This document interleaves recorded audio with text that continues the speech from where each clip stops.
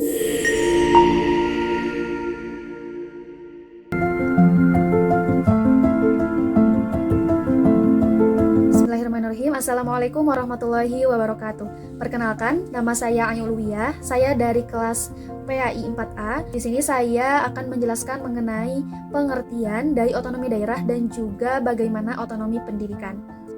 Otonomi daerah pada awalnya ketika pada periode Hindia Belanda sebelum tahun 1903, pemerintah Hindia Belanda itu membagi wilayah Hindia Belanda menjadi wilayah-wilayah administratif, kecuali desa dan juga swapraja. Nah, di mana keduanya ini merupakan produk asli Indonesia. Kemudian pada tanggal 23 Juli di tahun yang sama, yaitu 1903, dikeluarkanlah kebijakan desentralisasi, yaitu Undang-Undang tentang Pembentukan Daerah Otonom. Yang kemudian pada masanya, yaitu di era reformasi, asas desentralisasi ini diberlakukan kembali gitu. Setelah masa Orde Baru itu pada tahun 1999, yang kemudian terciptalah yang dasarnya dari desentralisasi ada daerah otonomi atau otonomi daerah. Yang kedua itu otonomi pendidikan dalam kerangka otonomi daerah.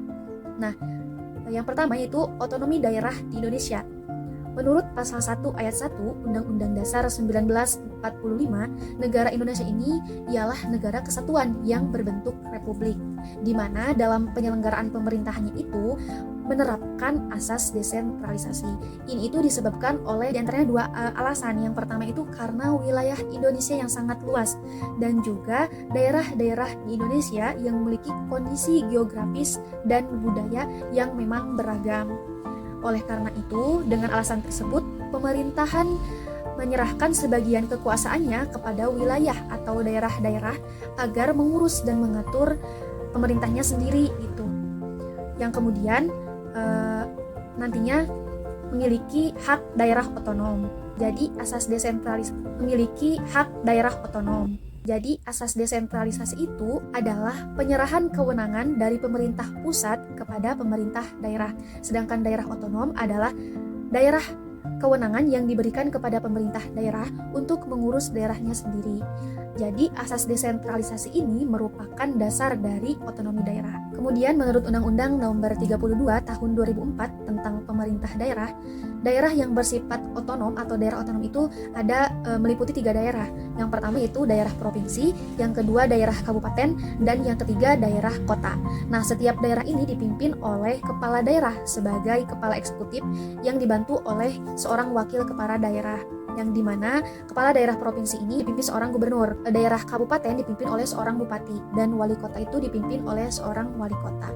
Nah, sedangkan perangkat daerah otonom ini terdiri atas sekretaris wakil kepala daerah, yang dimana kepala daerah provinsi ini dipimpin seorang gubernur, daerah kabupaten dipimpin oleh seorang bupati, dan wali kota itu dipimpin oleh seorang wali kota.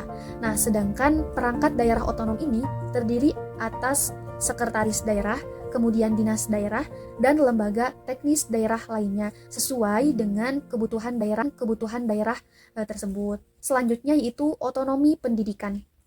Pemberlakuan otonomi daerah yang dimana dasarnya itu adalah asas desentralisasi yang berdasarkan Undang-Undang Nomor 22 Tahun 1999 tentang otonomi daerah, yang kemudian hal ini memberikan dampak terhadap pelaksanaan pada manajemen pendidikan, yaitu memberikan ruang gerak yang lebih luas kepada pengelolaan pendidikan untuk menemukan strategi kompetisi dalam era kompetitif, sehingga dapat mencapai output pendidikan yang berkualitas dan mandiri. Nah, pemberlakuan desentralisasi pendidikan ini mengharuskan diperkuatnya landasan dasar pendidikan yang demokratis, transparan, efisien, dan melibatkan partisipasi masyarakat daerah. Proses desentralisasi pendidikan di Indonesia ini berdasarkan Undang-Undang Nomor 22 Tahun 1999 lebih menjurus kepada peraturan pelaksanaannya yang tertuang dalam Peraturan Pemerintah Nomor 25 Tahun 2000, di mana seluruh urusan pendidikan dengan jelas menjadi kewenangan pemerintah daerah, kabupaten, atau kota,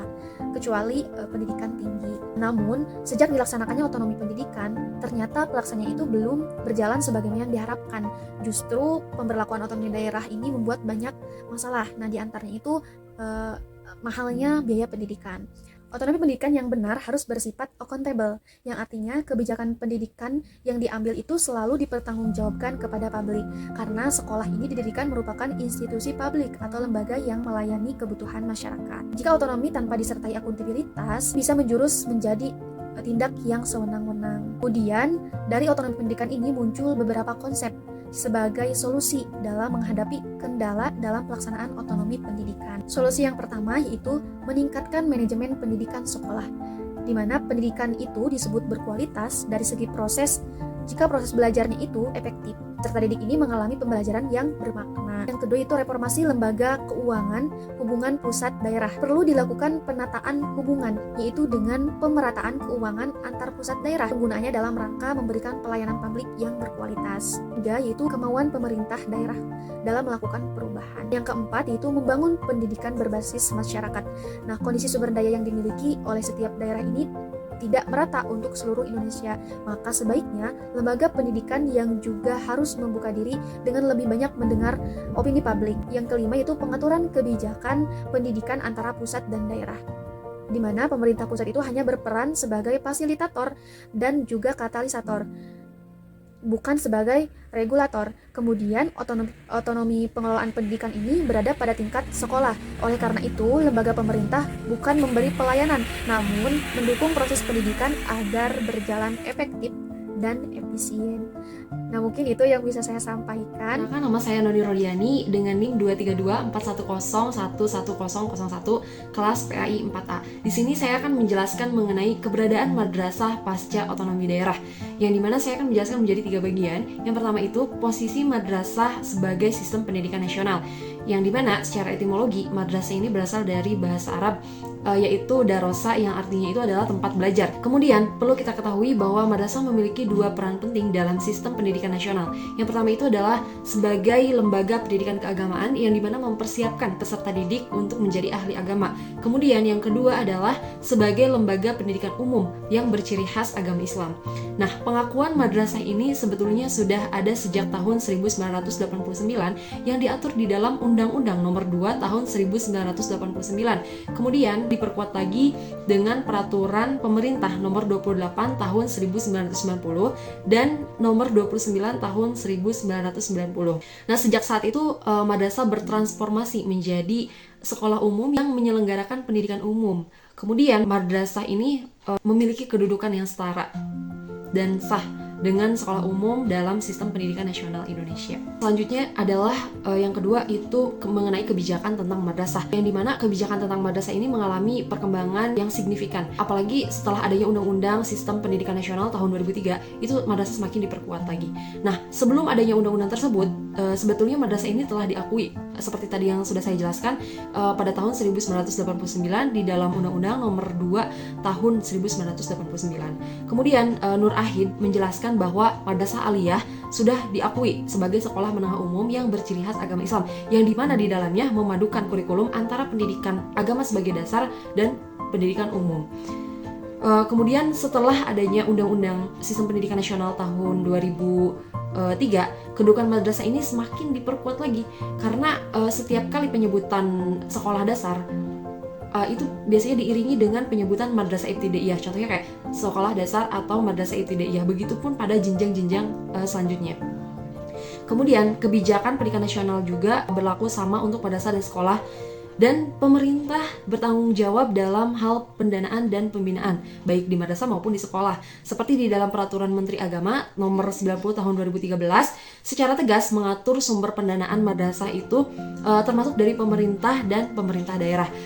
Begitu pula menegaskan bahwa kewajiban madrasah itu harus memenuhi standar nasional pendidikan atau SNP sama seperti sekolah pada umumnya. Yang ketiga yaitu mengenai partisipasi pemerintah daerah terhadap pengembangan madrasah, yang dimana madrasah ini sebetulnya berada di bawah naungan Kementerian Agama yang memiliki peran untuk mencerdaskan anak bangsa.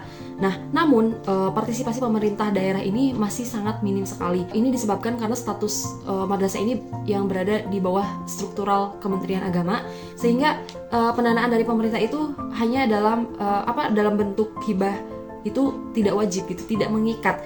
Nah, Namun Permendagri nomor 32 tahun 2011 dan peraturan-peraturan terkait hibah dan bantuan sosial dari APBD seringkali menjadi acuan bagi pendanaan madrasah oleh pemerintah daerah.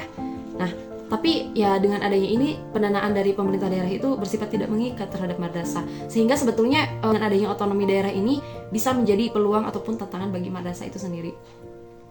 Nah, namun sebetulnya ya pendidikan ini adalah urusan yang wajib gitu, seperti diatur di dalam Undang-Undang Nomor 23 Tahun 2014 tentang pemerintahan daerah.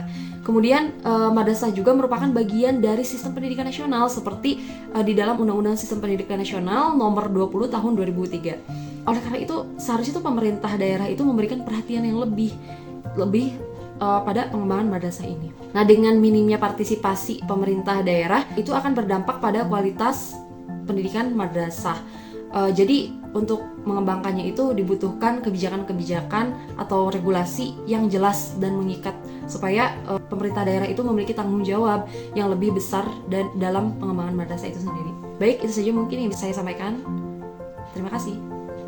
Iya baik, perkenalkan nama saya Intan Siti Nurmala dengan nomor NIM 23241011042. Di sini saya akan menjelaskan materi terkait masa depan pendidikan di era otonomi daerah. Jadi teman-teman, 3 alasan atau kita ungkap 3 alasan mengapa desentralisasi pendidikan dilaksanakan di Indonesia. Di antaranya yang pertama, karena adanya alasan psikologis, yaitu perubahan sistem pemerintahan yang tadinya desentralisasi dirubah menjadi sentralisasi itu terjadi pada tahun 1998 pada masa Orde Baru. Yang kedua, 3 alasan utamanya, yang kedua itu adalah karena alasan hukum terkait Undang-Undang Nomor 22 tahun 1999 diganti ke UU Nomor 32 tahun 2004, diganti lagi ke UU Nomor 12 tahun 2008, yang dimana itu berisi tentang pemerintahan daerah. 3 yaitu alasan politik, karena adanya aspek kekuasaan yang dimana yang berkuasa itu ya lebih berkuasa. 2 implikasi utama dari pelaksanaan otonomi daerah dalam bidang pendidikan diantaranya adalah yang pertama karena penyelenggaraan pendidikan oleh pemerintah daerah, yang kedua karena pemberlakuan kurikulum sekolah atau bisa kita sebut KTSP. Nah, teman-teman, di sini juga ada dampak positif daripada diselenggarakannya otonomi daerah dalam bidang pendidikan. Di antaranya ada dari segi kualitatif. Dari segi kualitatif ini aspeknya adalah peningkatan pendidikan diukur dari bagaimana prestasi dan kualitas pendidikan siswa itu sendiri. Adapun dari segi atau dari aspek kuantitatif itu diukur dari meningkatnya akses dan juga angka partisipasi siswa atau partisipasi pendidik dan tenaga pendidik dalam peningkatan pendidikan di tiap jenjangnya. Di sini juga dijelaskan bahwasanya ada segi positif daripada diberlakukannya otonomi daerah di lembaga pendidikan, di antaranya kemandirian. Jadi dari kemandirian ini nanti akan timbul 3 aspek. Yang pertama itu ada kapasitas, yang dimana kemampuan mengelola kewenangan. Yang kedua adanya kreativitas, yaitu pengelolaan pendidikan harus terus berinovasi. Yang ketiga itu adanya sensitivitas, yaitu memberikan layanan pendidikan ya sebagaimana pribuminya.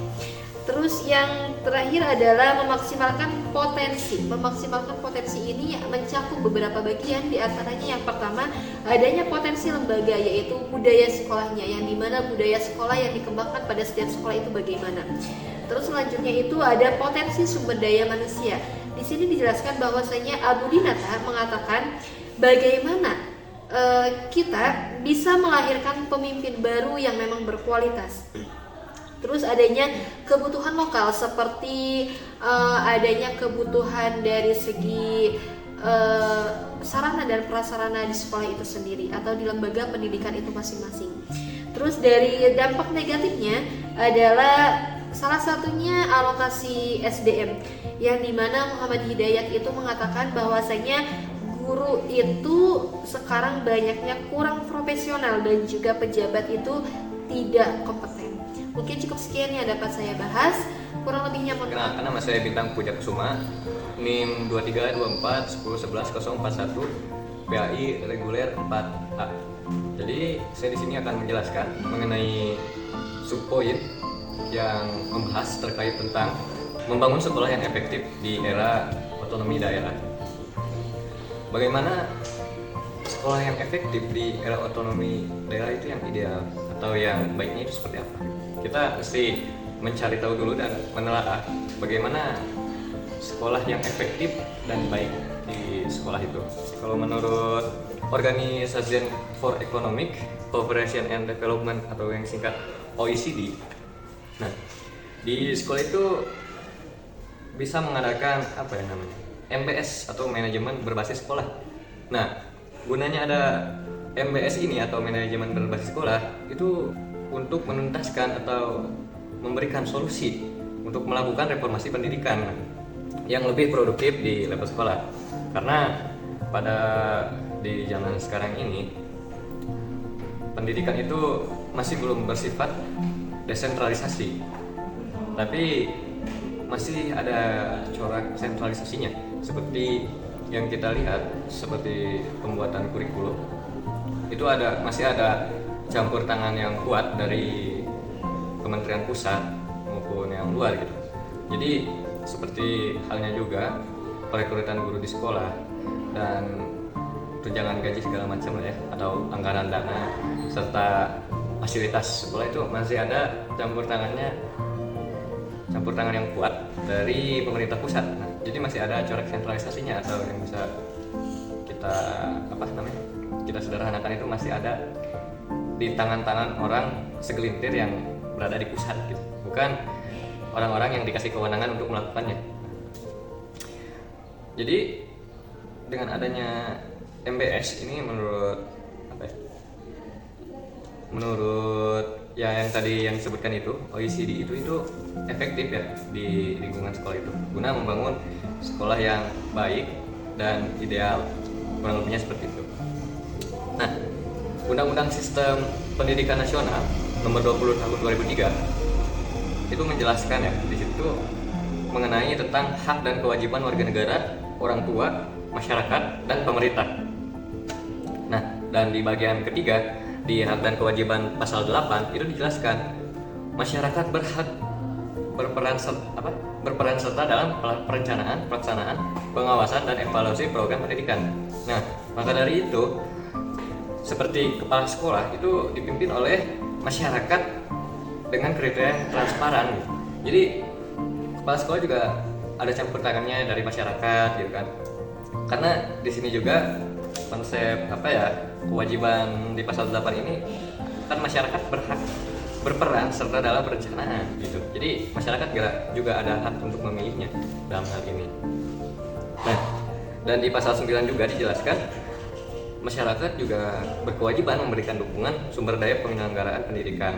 Nah, jadi masyarakat juga